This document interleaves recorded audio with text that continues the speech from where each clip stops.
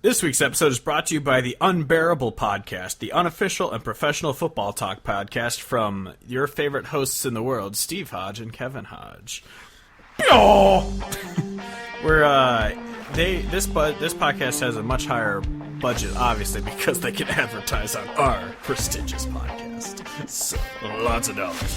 So if you like football and, for some reason, us talking, there you go. New podcast. Yeah, if you looked at yourself at the end of the day and you're like, you know what I need more of today or this week? Those two idiots. This is the podcast for you. Yep. Coming out September 3rd. Oh!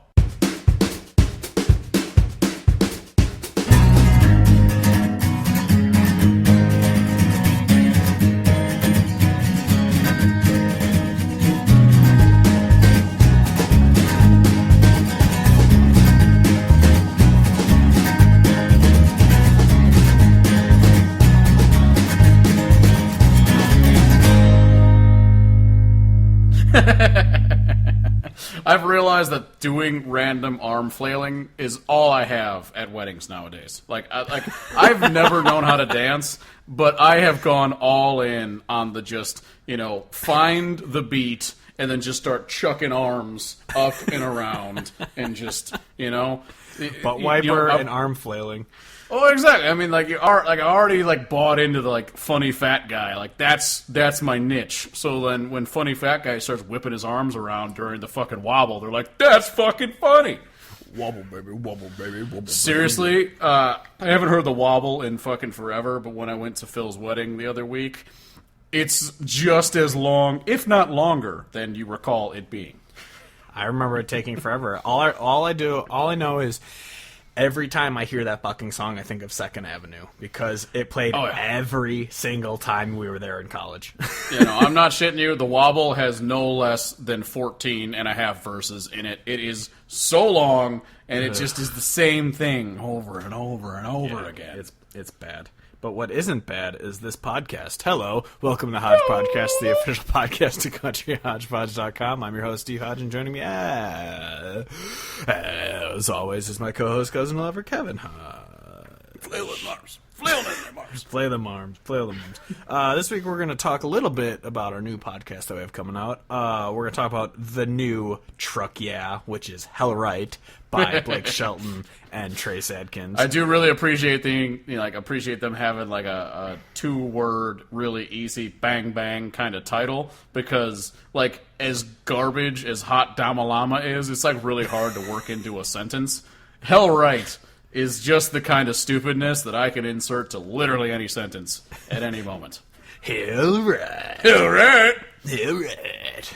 Anyway, and then we're going to talk about the 10 Eric Church non-single deep cuts that you should be listening to, since we did Eric Church for episode 1 way back in the day, which is fitting that we're at episode 99, almost to 100, and we're re-talking about it. We're episode JJ Watt.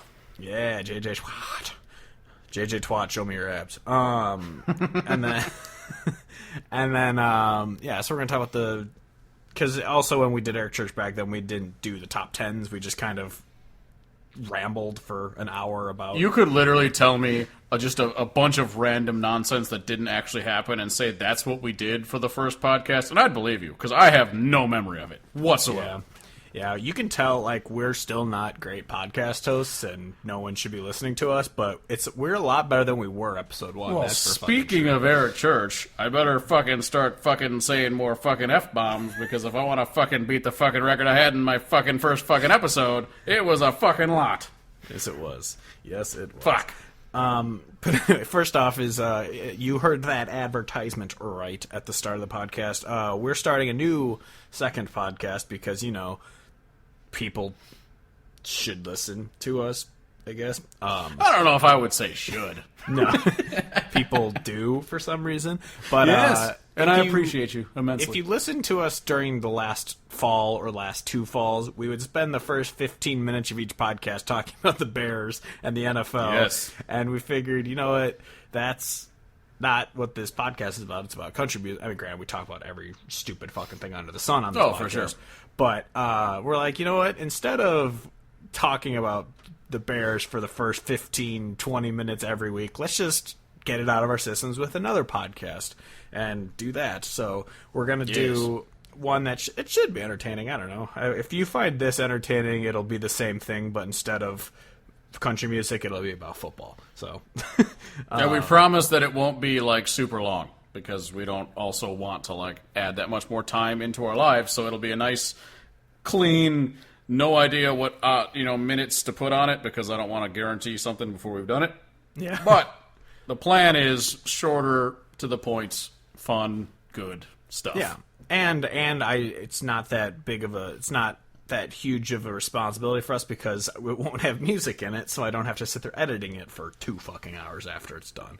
True, So, and nice. we don't really have to worry too much about trying to create merchandise to put on the website because the Bears have so many things trademarked, we know that we can't even fuck with a lot of it. The NFL in general has so many Yes, things exactly. trademarked. We probably make some Unbearable shirts just that say Unbearable with blue and orange, and then beyond that, Yeah, but we'll see if we have more than 5 listeners on that podcast because I don't know how we have any bit of a following on this one, but I'm not guaranteeing we're going to have one on that because this is much more of a niche market, whereas that is pretty broad. So there's a lot out there for it. hey, women don't like being called broads, you racist. Sorry, skanks.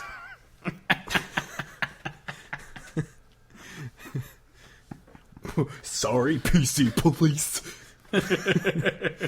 Backdoor Sluts 9. Backdoor Sluts 9. Anyway, so yeah, that'll come out in a week and a half ish. It'll and we're also going to switch recording from this podcast should still come out Thursday nights or Friday mornings wherever you're from, time zone wise. But we're going to start recording this on Tuesday. So if there's any news between Tuesday and Thursday, then it'll just When be you before the said next between week. Thursday night and Friday morning in my brain, and when you said, like, depending on where you're from, I'm just like, the days of the week don't change when you're somewhere else. And then I realized what you're talking about is it depends on what time of night you put it up. Yes, it all makes sense now. But for a second And there, I was and- like, yes, Saturdays here are actually Tuesdays in Mexico. So, everything's different. Yeah, and we have European listeners, so that. Yes, and that is very true. And I appreciate y'all. And it's not Tuesdays because you're not in Mexico. Yeah. Every day is Tuesday in Mexico. I don't know what that means. I'm going to make that a shirt. Sounds like a country song. Maybe dumbass hellright Blake Shelton should write that fucking song. Every day is Tuesday in Mexico. It would And make everyone's just more like, sense. Everyone's like, what? What does that even mean? Because limes and tacos and sombreros. As the ever wise Jay-Z once said, nobody knows what it means, but it's provocative. It gets the people going. Nobody knows what it means, but it's provocative. He also skates to one song and one song only, so, there's that. Exactly. Anyway, speaking of dumbass Blake Shelton, Hell Right is a song. I believe my tweet was, the new Blake Shelton song is an abomination of biblical proportions, and I think that pretty much sums it up. Like, honestly, when it started, I was just like, it was like, it had, country elements to it, so I was like, oh, this is probably just like I thought it was going to be like on the level of like Honky Tonk but Donkadonk type dumb, or like Hillbilly Bone, which is another one by them, like that level of dumb. Oh, yeah. I did not expect it to just take those two and be like, hey, you guys sound like Merle Haggard compared to this. And then Yeah, it's for me, it's really one of those where it makes no sense because not only is it just a bad, terribly written piece of shit song, it's also like it shits on Old Town Road in the middle of it, while Yeah, I heard also that. like starting with a rap verse. Like Blake Shelton's trying to rap, and then he's shitting on a song for not being country enough for rapping, while he's making a way worse rap song. Yeah. It makes no sense to me. Like, what the fuck is going on? Yeah, I didn't really listen to the lyrics because I was trying to not die. But Yeah, no, I have brain damage now, so I'm going to be extra stupid today.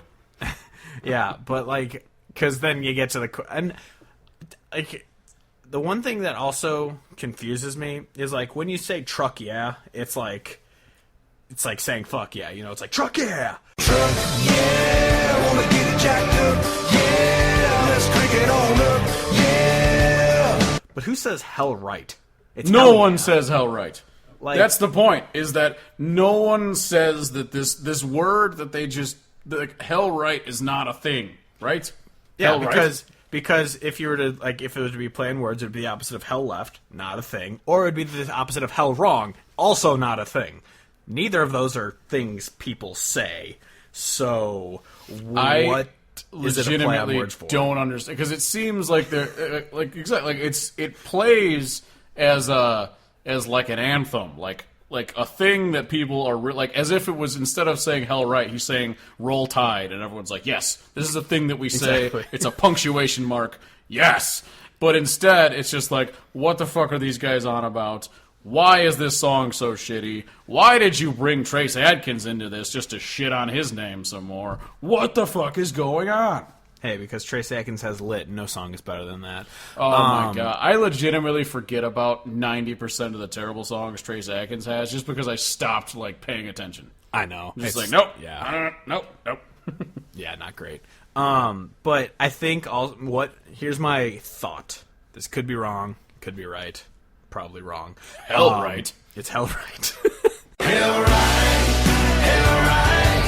Everybody's throwing down on a Friday night.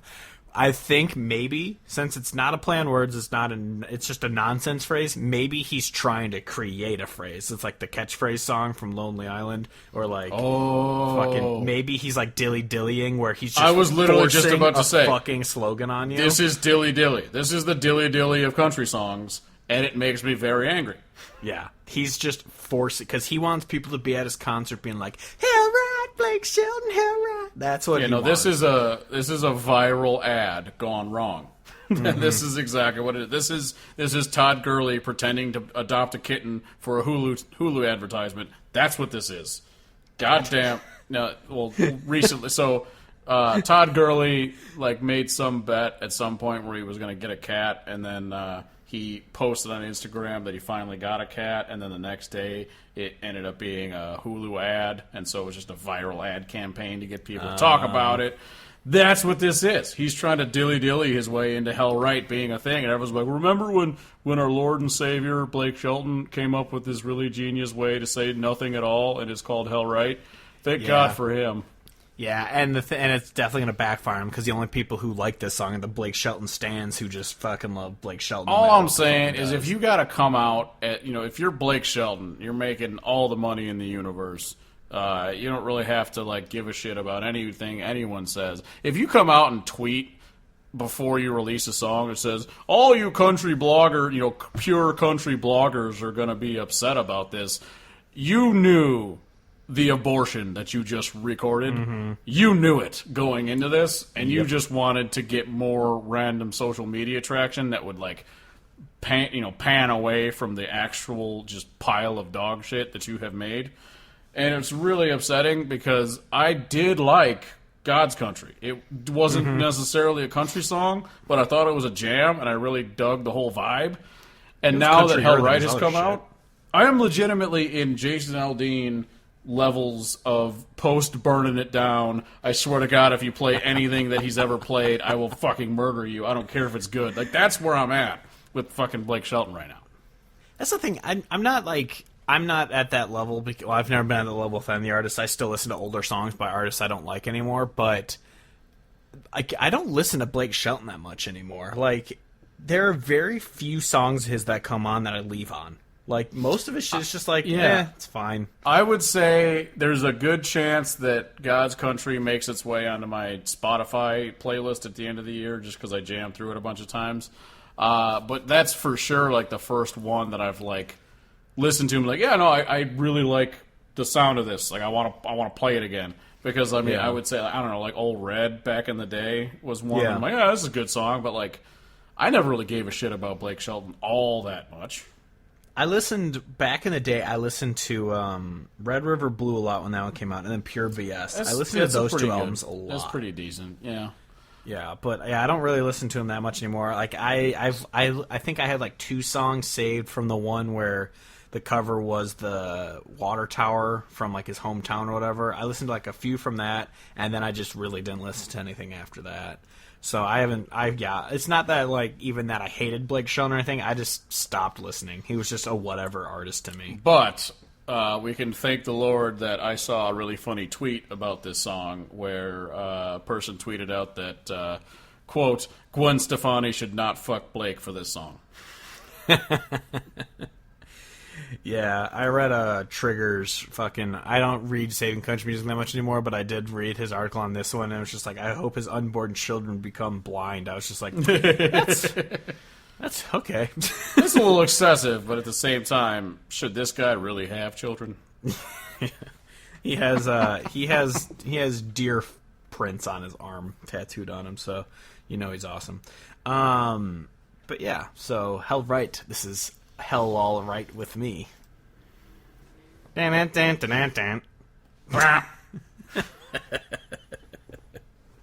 Anyway, yeah, so that's the newest abortion of country music these days, and Yeah, it's a terrible, terrible song. what a surprise. Oh, speaking of abortion, Megan's... Nice segue. No. Smush Face, I listened to his cover of Don't Close Your Eyes, and it's as good as he can make it. I'll put it that way. Okay, I keep talking about it or like bringing it up, and I still literally haven't listened to it. It's because I don't think I like that the guy, idea of it more than anything. I'm afraid that if I listen to it and I'm disappointed, I'll be like, damn it! he doesn't pop it, which is fine, and All right. he's not a good singer, so it's Well, as good. It's as good as he can make it. That's all. Yeah, I'll say. that'll bite you in the ass. You know, not having talent. Yeah, he's not good. But anyway, let's move on to Eric Church. So yeah, if you've been listening to this, Eric Church. I should have listened to the old Eric Church episode just to hear what we said about it, so we could re-talk about shit, see where we're at now. But so if you're a first-time listener, hello, awesome. If you're not, then you know that we started this podcast not only to introduce people to artists that they don't know, but to also talk about songs that people might skip over because they're not singles, so they're not on the radio, they're not, streamed on these famous, popular playlists and shit. So we always wanted to be like, yeah, I know you like Smoke a Little Smoke and Love Your Love the Most, but have you heard, this, which is not a popular song, but it's a really well-written song. It's a song you should know. So that's what we want to do with these popular artists. So we figured, instead of doing our top 10, which we never did, we weren't doing tops back then, so we're like, instead of doing a top 10, let's do top 10 non-single songs, because then those are ones that we know people might not have listened to. I mean, if you're a Church Choir fan, you know every song. He plays every song at his fucking concerts, so there's never a song where you're like, oh, I've never heard him play that one, because he switches his set list literally every night. He never plays the same songs, so which is cool. So if you're not like a huge Church Choir person, then you might not know all these songs. So we figured, hey, let's do 10 songs you might not know by him. So that's what we're doing. And I noticed when I made, our lists are obviously different. This is the first time we've actually done it where we made our own lists and combined it into one. We haven't done that in a while. It's been a long time. But I was looking at it, and both of our lists were pretty diverse, but once we put them together, let's see, of the 10, I think 7 of them are from the same album. But that just goes to show how, and they're all from his older albums, so it just goes to show how good his older albums were. Because actually, I think there's one that wasn't from his first 2 albums that's on this list. Only one. So, all right. And it's not, I mean, we could talk more about it after the top 10, just because I do want to talk about his later albums and stuff too, because we haven't done too much of that recently. But let's just hop into the top 10 first. So number 10 is A Man Who Is Gonna Die Young. I put the rage in a river, a roll and a thunder, but you kept me from going under. When that current got too heavy, I always thought I'd be a heap of metal in a cloud of smoke for the start to the pedal. Sold for parts like a junkyard to that Chevy. Fear I've had none. What the hell made you want love? Man, who's gonna die young? This is the only one from his later albums, and I just really, really love this one because it's one of those, like, I've always been this nonstop, you can't put the, roots in the ground type of thing, no moss on a Rolling Stone type guy, and it's just finally like, how did you fall in love with this guy who was fated to die young because of my lifestyle? And it's just this gorgeous love song. Yes. I love it, and I've said it on this podcast a bunch of times about all these random fucking song types that I'm such a sucker for, but these kind of, like, you saved me, and this is, like, what I would, like, I was going down a terrible path, and, like, the fucking, I don't know, diamond in the rough, or I don't know, fucking, that kind of shit. Yeah. Is great, and I love it, and so, I agree with everything you just said, where it's this beautiful love song, just where he's talking about, like, how, in the chorus he's basically saying, like, I thought I would just be driving fast and getting in a car wreck, and that was just going to be how I was going to go out, and now I have something to live for and something to, like, really, like, love, and it's amazing. And I'm like, that is just so nice. Fuck. And he's just like, who would have ever thought that the hair on my head would get gray, and, like, that kind of stuff. And absolutely. But I also love this song, not only, like, the song itself, not talking about that. When we saw him at Allstate that one time, and his encore was literally just him on stage playing this acoustically, that was so cool. And he just, like, he does this 2 fucking hour long show, and then he goes off stage, he comes out, he sings this song on, like, this rotating stage where he's just kind of spinning while he's singing it, and then it's just done. And it was such a cool encore for that. And I just love this song. It's phenomenal. Oh shit. My phone turned off. No, come back. Number 9 is The Hard Way.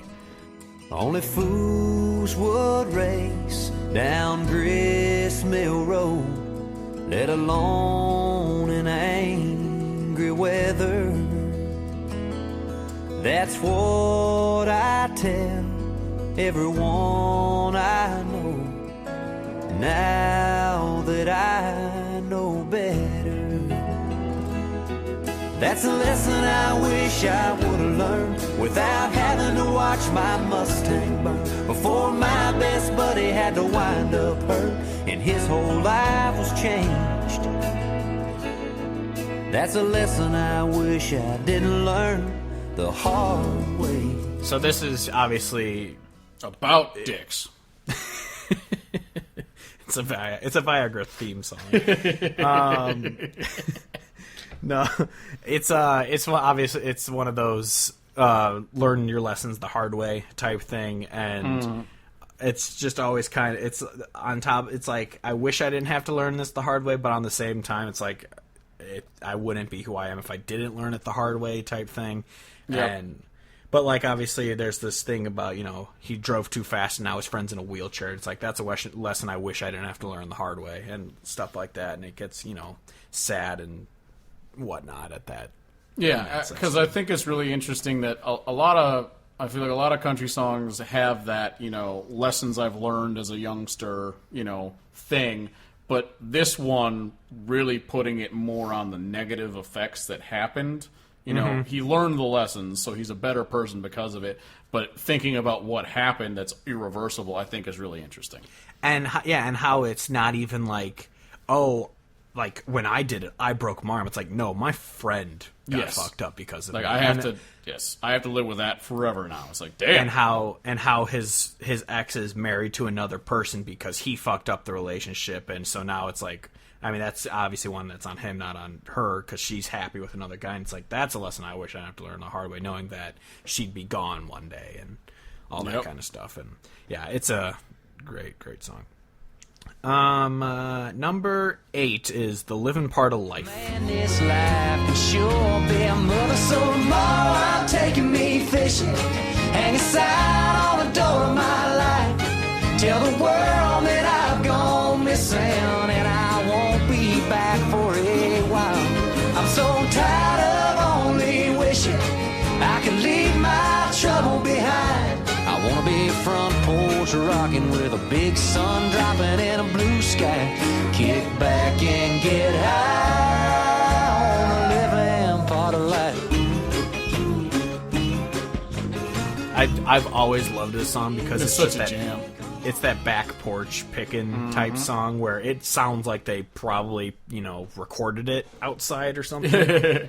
And it's such a happy song, and Yes. obviously we always talk about the sad songs, but this is one of those that's super happy, great summer drinking song where it's just like, so tomorrow I'm gonna take me fishing, and it's just like I'm gonna get high and just live my living part of life. And It is such an enjoyable song. I do love this song. This is probably one of those that gets a lot more plays than I even realize that I do, just because it's so much fun.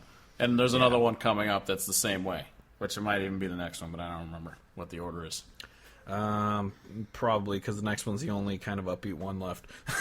Number 7 is Pledge Allegiance to the Hag. But at the top of every hour, man, you can hear a pin drop as old Jack drops in a quarter and plays Merle on the jukebox, and we stop and tip our hats and raise our glasses of cold beer. They say country's fading, but we're still waving that flag around here. When it's time to go, you know you're welcome back. Where the people pledge allegiance to the hag. That's the one I was thinking of. And Fucking also, love this song. I'm very offended or triggered that you didn't have this on your top 10. I had it on mine. Purposefully forced myself not to because it was just so obvious that I was just like, okay, let's think about, I know that it's not a single, so it still counts as not a single, but I listened to the song so many fucking times, I was like, no. Let's force me to think about something that isn't this. But then when it showed up on the full list because it was on yours, I'm like, fucking thank God, because I love this song. Yeah, this is this one. Obviously, it doesn't do anything with Eric Church, but when the day Hag died, and I went to do that open mic, and I played a couple of his songs, and then this one, so this song always just reminds me of playing on stage and just thinking of Merle Haggard himself, and it's such a great one because it's just like all these. It's like one of those kind of small town anthems in a way, but it's not really about the small town. It's just about like going to a dive bar with some people, throwing a quarter in the jukebox, and playing a Haggard song. And it's it also it's what we do. It's the perfect song for up north fishing and just especially. I mean, I would imagine a lot of people are the same way, but our family goes fucking ape shit for the cold beer, and everyone's like, fucking beer, god damn it, yeah. Ugh, now I want to drink. God damn it. Yeah, I just had a couple beers, and now I just keep staring at the lack of beer in front of me. I'm like, well, didn't plan this out. Yeah. But, no, yeah, I love so our family, we like going up north to fish every once in a while, but I haven't gone in a few years, which makes me sad. Or for all you Southerners, super north. Yeah, super far north. Northern Wisconsin. Almost by Canada. Basically. But we go up there, and every time we go up there, one of our dads pretty much pulls out a 20 and goes, hey, we're going to put this in the jukebox, and we play a bunch of songs, and this one is always on the list. It's always on the list. And it's just, it's such a jam, and it's such a fun song just about listening to some fucking good country music. Fucking A right. Next up, though, is number 6, What I Almost Was. It was my senior year, I just turned 18. I was a Friday night hero with Division I dreams. I had an offer on the table, a 4-year ride, till that 4th and 2 and 24 died. I left on a stretcher, wound up on a crutch, walked on that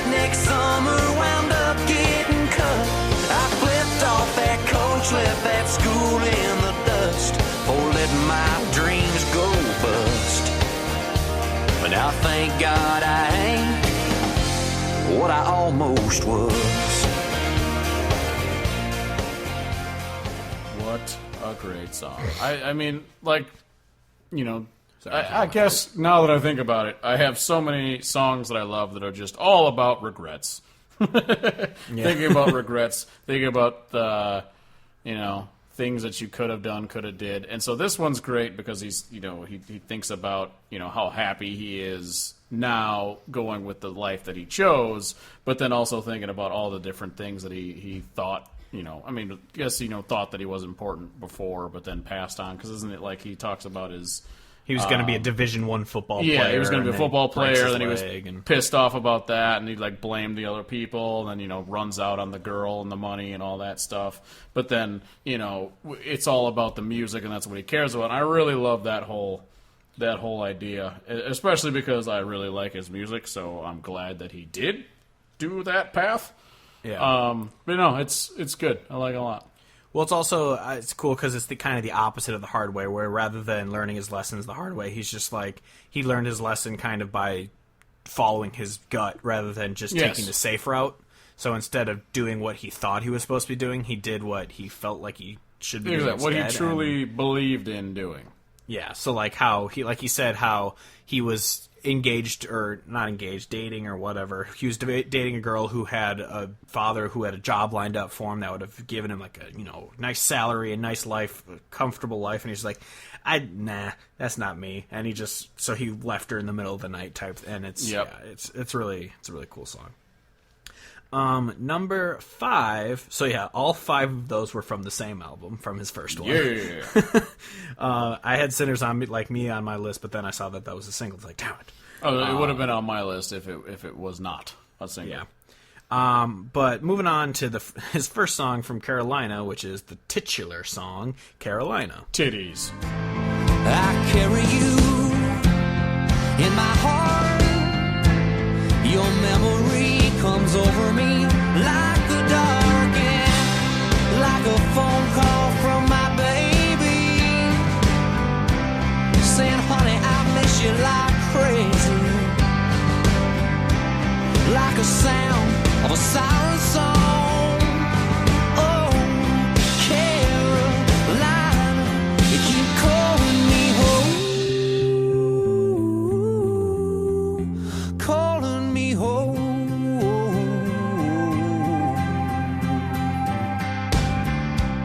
Sometimes I grow weary.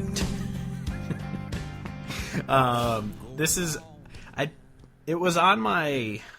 Yeah, it was number 10 on my list, so it barely made the cut outside of it. Was tough between a bunch of songs, but I do like this one because it's a love note to this his state of where he's from. I like it. North Carolina. Yeah, I think he's North. I can't remember, but sure. But yeah, it's a love. They're all one Carolina. Yeah, so it's kind of like it's a love song of being out on the road, missing your love, but the love he's talking about is his home state where he's, you know, comfortable living, and he just misses the, you know, being there. Pretty much. Yeah, and I really like it because of, you know, obviously I am not from Carolina, so I don't feel the exact same way that he does. Podcast over. Specifically Carolina, but I really like just the idea of home and wherever you call home and like wanting to get back to it and then your memories and all that good stuff. Because I think about that, you know, about home, and I think about that about like when we go to up north to Hayward and just those feelings of just, you know, you can think about the area and you can think about just the mindset it takes you to. It's real nice. Yeah. Yeah, it's a really fun song in that sense. Next up is number 4, Where She Told Me to Go. I was looking for freedom. I was looking for a good time. I was looking for a little space, a little place that was mine, all mine. I was going with my change of heart. Wanna know part of forever. I was looking for a blessing. When I said, baby, it's all for the better. Yeah, what do you know? I think I wound up where she told me to go. I just love this. You go to hell and you die. You go to hell and you die. I love this one because he never utters the phrase "go to hell," so it's just like, so it's implied because it just goes, "I guess I am where she told me to go," and because everything's going wrong, like the air conditioning won't get cold even though he has it set all the way low. The mechanic doesn't have the parts for his car, but he can order them and he'll have them in eventually, and so it's just like, I guess I'm where she told me to go, and it's and it's such a great heartbreak song, and I fucking love this one. It's incredible. I love it. Yeah, this one, we both had it on our list, but it was high up, so it didn't. Wait, did I fuck up the list? Way to go. Way to go. Yeah, I did fuck up the list. God damn it. Oops. We were supposed to... Damn it, Billy, you want the dollar or not? We'll just talk about it with this song. You won't have the sample of it, but we'll talk about it with this song, because it's just like... It was supposed to be on the list after Carolina, but I fucked it up, so it should be right here, and Carolina should have been 6. But it's just like the song Can't Take It With You, which was on both of our lists as well, but I fucked it up. Way to go! But Can't Take It With You, it's the song about the girl leaving him, and obviously the phrase is you can't take it with you when you go. It's about dying, and you can't take your shit with you to heaven. Yeah. But it's about the girl taking everything when she left, and so he's like, well, who said you can't take it when you go? Because I want to put my keys where the table used to be, and all this, and it's... Yeah, the feeling of the emptiness of the relationship, and then having that talked about through the physical things that were taken, it's just a really cool, divorce breakup type country song, and I fucking love it. Yeah, that should have been on there. My bad. God damn it, Billy! Kill me, Billy! Kill me, Billy! Oh, it's so great. Anyway, moving on. The top 3, honestly, they could all tie for number 1, and I'd be happy, because this is both of our number... Oh, wait, no, I had Where She Told Me to Go above this next one, but it's pretty much same top 3 in a way. But number 3 is Lightning. Lord, now I'm singing, get me out of here. I see the preacher's eyes as my daughter cries when they strap me in this chair. Lord, I hope she forgives me for living my life this way. Tonight I ride the lightning to my final judgment day. I love this song. This was the first song that I really fell in love with him. Like, this is the first one I heard where I was just like, holy shit, this guy is amazing. Because I think this is the first one that you listen to where it's different, and you hear it and you're like, okay, this guy has more than, because especially if you just listen to like some of his singles, you're like, yeah, he's got this, he's got this niche sound, and that's what he does. Like, this is kind of the first time you're like, oh, he can strip it down and I mean, yeah, he is awesome. He has the slow songs, but this one's almost acoustic. It's not totally acoustic, but it's almost pretty much acoustic, where it's just that like D chord, I think like fret 8 or whatever. But like it's guitars. Yeah, but it's such a great song, and it's one of those which we've talked about so many times, is instead of it being like, these are my emotions and this is what I'm feeling, he's telling a story about someone else, and it's a guy on death row who killed a guy who works at like a gas station, convenience store, whatever, because he was robbing it to feed his daughter, daughter. And it's such a cool song about like, and then each chorus ends with "and roll on 1," which is fire it up, and then roll on 2, which is he's dead, and it's zap. It's such a great song. I love it. Great storytelling, great sound, just great. Yeah, I love it. These next 2, they're pretty much tied for number 1 because we had them ranked the same, where he had it 2 and 1, I had it 1 and 2. Is number 2 / kind of number one, tied with number one, is Those I've Loved. I remember waiting by the curb with Mr. Murphy when Daddy picked me up from school, his eyes were red. We drove to the hospital in a hurry, where my family gathered round my grandpa's bed. He was my best friend. He taught me how to fish, and I cried listening to my daddy pray for one of those I've loved along the way. What a jam. This is by far my favorite Eric Church song, and it's honestly probably a top 5 song of all time for me in general. I love this song. I love this song so much. It's just nice, and I let it go number 2 so Kevin could achieve number 1. Because I'm awesome. But this song, it's an amazing song about, it's one of those, kind of lessons I learned along the way, except it's those I've loved along the way. So it's like, I wouldn't be who I am without these people. So it's talking about how his grandpa passed away, and it's just like, without him, I wouldn't have learned to fish. I wouldn't have learned this and that. Like, my grandpa was always there for me. And then it's, the girl that I thought I loved, but she moved away. But without her, I wouldn't have, known love and all this kind of stuff. And without these songs, I wouldn't have known myself. And it's just this, I love this song. It's love incredible. This song so much. And I love the way that, the way that he says those I've loved along the way, it sounds like what he's saying is like those I've lost as well, like he's like loved and lost, and like the way that he says it, like those I've loved along the way, is just such a nice touch on the idea of these relationships that he's had in his past, and I think it's incredible. And then like when he talks about the songs as as like his children, and it's nice. I fucking love it. Yeah, he's and so then, good. Yeah, this one, the last time I saw him, when it was just him alone for the 3 hours fucking show, he did this acoustic for an encore, and I was just like, oh, yes. Yes.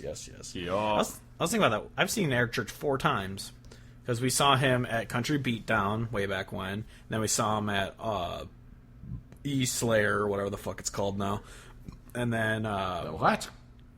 The the fucking dick butt. Yeah. It's a dick butt. And then we saw him twice at or I saw him once at Allstate, and you saw him twice at the dick butt. Yes. Because remember, you but saw then him also we saw him a 5th time at Country Thunder. Oh yeah, he was at Country Thunder, because that's when he opened up with Knives in New Orleans, and we're like, that's an odd choice. And everyone was just like, "You didn't play Drink in My Hand 12 times. Why?" Yeah. Drink in my hand, smoke a little smoke, only those. Yeah. Oh, yeah, I forgot about that. Man, I miss Country Thunder back when they sometimes had country music. Yeah, R.I.P. Yeah. I mostly just miss the people and atmosphere. But, yeah. Yeah, so yeah, it's been 5 times. Shit. Anyway, moving on. Yeah, that's by far my favorite song by Eric Church. But this one is also quite good, because it was my number 2, is These Boots. In these boots have danced with the devil and nearly lost that battle to wild Irish rose. I wore out more souls than I'd care to count. I done more stupid things than most would dare to. I've kicked myself more times than not for the roads they led me down. But the damnedest thing I've ever seen them do is walking out on you. I love this song because it's about shoes and for no other reason. Moving on. All right. No, it's such a great one, because it's one of those where everything has a double meaning, where it's just like, I've worn out so many souls, where obviously it's, the sole of your shoe, but it's also he's worn out souls of people by, being a terrible, not great person. And then it's talking about like, damn these boots for walking out, like as if it's, because of the shoes he left his family and all that kind of stuff. The deferring the blame onto his boots these damned old boots, and it's just, then when at the end of the song when he's like back on the girl's door and he's gonna knock on it and then they just turn around, he's just like, damn these boots. Yeah, and he's like, these yeah, so it's like these boots should kick down the door and walk into this house, but instead they turn around and walk away, and it's just like, oh goddamn, man. Yeah, I absolutely adore this song. Yeah, I don't know. Is. Like, it's just so good. Like, this is what I think about as like one of those like the quintessential, mid 2000s what I loved about country music sound type song. Just so good. Yeah, I was debating when looking up the number one for this week. I was debating just trying to see if an Eric Church song was number one this week in a past year, but there you go. instead I did just find a mid 2000s because I was like, this is back when good music was number one, because obviously none of these were singles, but the singles of his that did go number one were all fucking great. Like, I love Eric Church songs. Obviously, Is this Eric Church? Is this Eric Church? I hate that shirt got taken down. Granted, no one bought it except me, but it was still great. But yeah.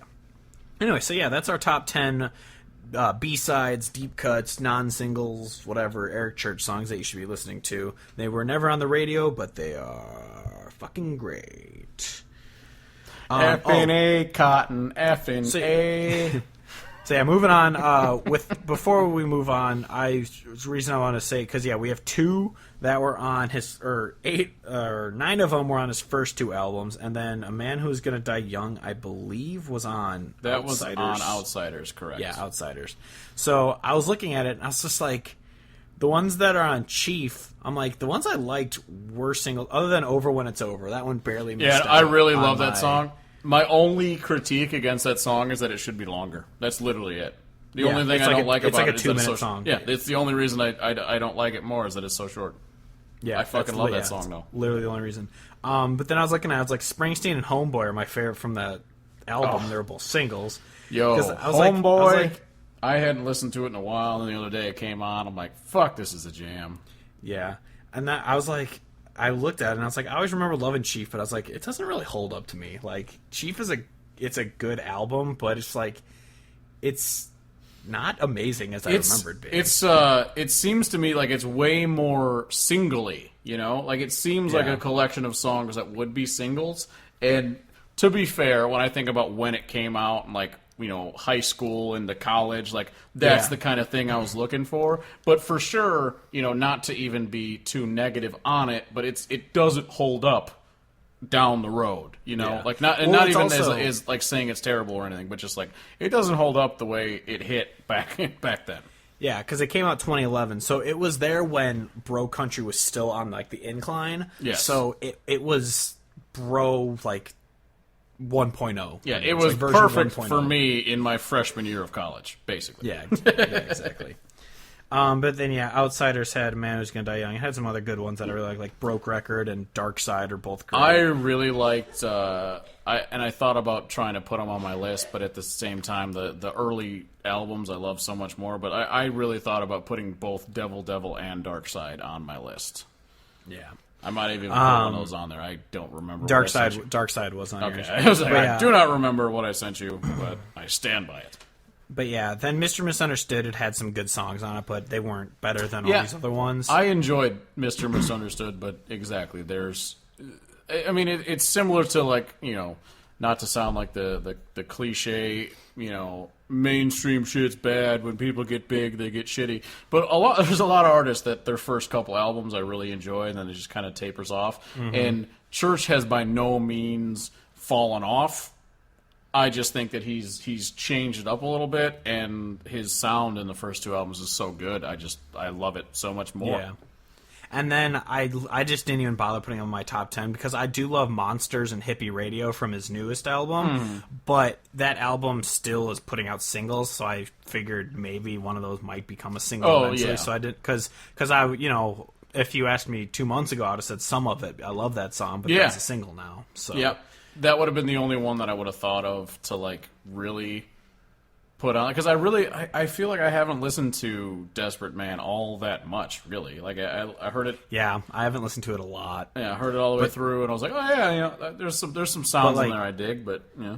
Yeah, like some of it, Monsters, Hippie Radio, and Jukebox in a Bar are songs I really like, and Drowning Man's pretty good too. But yeah, I don't listen to it that much, so I don't know it that well. Yeah. But yeah, I love Monsters, but that one seems like one that could easily be a single, so I didn't want to do that one. But yeah, so that's our top 10 Eric Church, and whatever. It's good to revisit him because it's been 2 years since we focused on him. So, so that's Eric Church. Moving on. Whatever words. Moving on, the number one country song of this week, but not from this year because this year is terrible. We're going all the way back to 2006, where for I think it was 4 weeks, from August 12th to September 2nd, 2016. It's 2006, dumbass. Was number one, Rodney Atkins, If You're Going Through Hell. If you're going through hell, keep on going, don't slow down. If you're scared, don't show it, you might get out, or the devil even knows you're there. Yeah, if you're going through hell, keep on moving, face that fire, walk right through it, you might get out, or the devil even knows you're there. Woo. I mean, we talked about this when we did the Rodney Atkins episode, but I love this song because it's one of those rare upbeat ones where we like as much as sad ones where it's this, if you're going through hell, just keep going. You might get out before the devil. So it's pretty much saying, if you're going through hell, just keep your head up and keep moving. You'll get out of there before you know it. And it's such a great The fastest way to get through a bad situation is just to fucking get through it, Don't drag it out. Just try to get through it. And it is great, and it is it reminds me about pre-Caught Up in the Country Rodney Atkins, and wow, Yeah. fuck that guy. Yeah. Yeah. But it was so funny. I was thinking about this. I was just like, we'll go with like a recent one. Then I realized I was like, 2006 was 13 years ago. Yeah, I have this happen all the time where I think about like if you go from the 90s into the 2000s, like I completely forget about that those are like a difference. Like I was talking before, like I watched the Black Klansman movie, and then they talked about like when he worked from, and then it was like something that he did from like 90 something to like 2005. I was like, oh, so he was only there for like a couple of years. I'm like, oh wait, no, it was like 15 years. Like that's a full amount of time. I just have no concept of constantly thinking that the 90s were 10 years ago, and they worked. Yeah, exactly. Yeah, because it was just like 2006. I was just like, oh, that's a recent. I was like, Jesus Christ, that's when I was a freshman / sophomore in high school at that time. I was like, and that's 13 fucking years ago. Yeah, so that's how much music has changed in 13 years. I think about the electronics and such.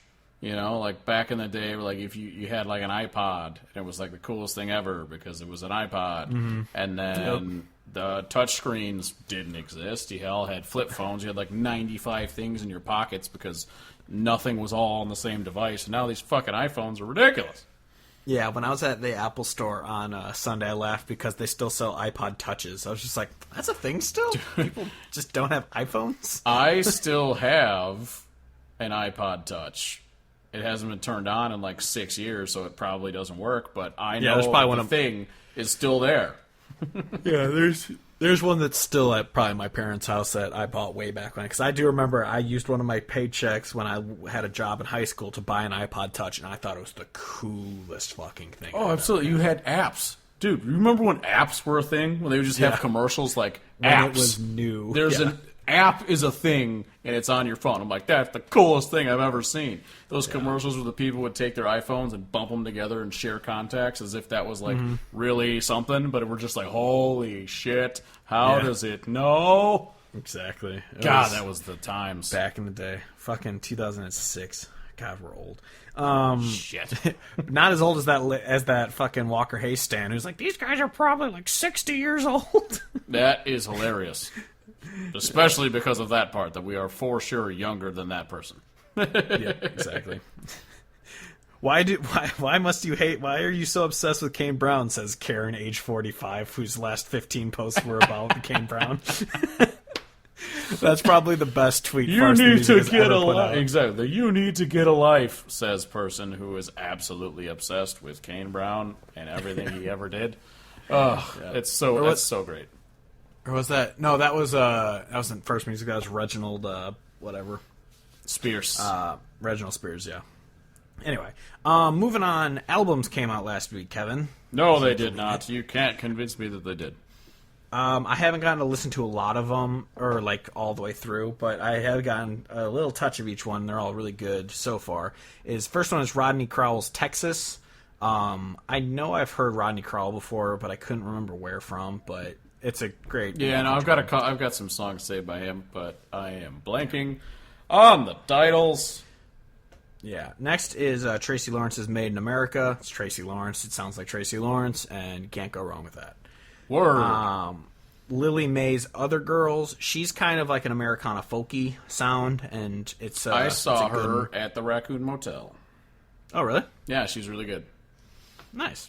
Yeah, that one was good. And then Eileen Jewell's Gypsy. She's also kind of an Americana folky artist. Michael Austin's The Good Life. He's a contemporary-ish to traditional. He has one song where he kind of does a little like rap on it, but it's still like it's not hell right bad, but it's not great. But the rest of them are good. And then Exiles The Garage Tapes. It's like 30 songs long. It's good. Dope. Yeah. So what else you been listening to, watching, doing, thinking?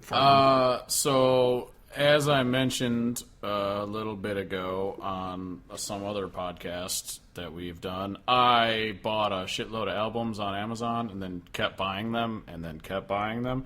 I have been listening to Rustin Kelly's Halloween album a lot because it's incredible. I've been listening to Jason Isbell's Southeastern because it's incredible. And I have been listening to Brandy Carlisle's By the Way I Forgive You, which is also incredible. Nah. And literally after we get done after we get done doing this podcast, I'm probably going to go put something else on and re-listen to it because it's incredible. You still have to listen to that Cliff Cody album. It's really fucking good. Also have to do that. Yeah. Actually, what I was listening to this week, because one of the songs came on one of my shuffles, is I listened to the first two albums by Mumford & Sons. I forgot how fucking good those albums were. Dude, yeah. They're so good. Mumford was good. Mumford was really good. Yeah, I those like two them. albums were so great. I kind of want to check out their newer stuff just to see if it's any good, but I know it's not as cool and folky as their first, two were, but... yeah, well, because their first stuff was like albums, Old Crow Medicine Show level folky. I mean, they were more upbeat, but, same shit. Yeah. God, those albums were so goddamn good. But, yeah.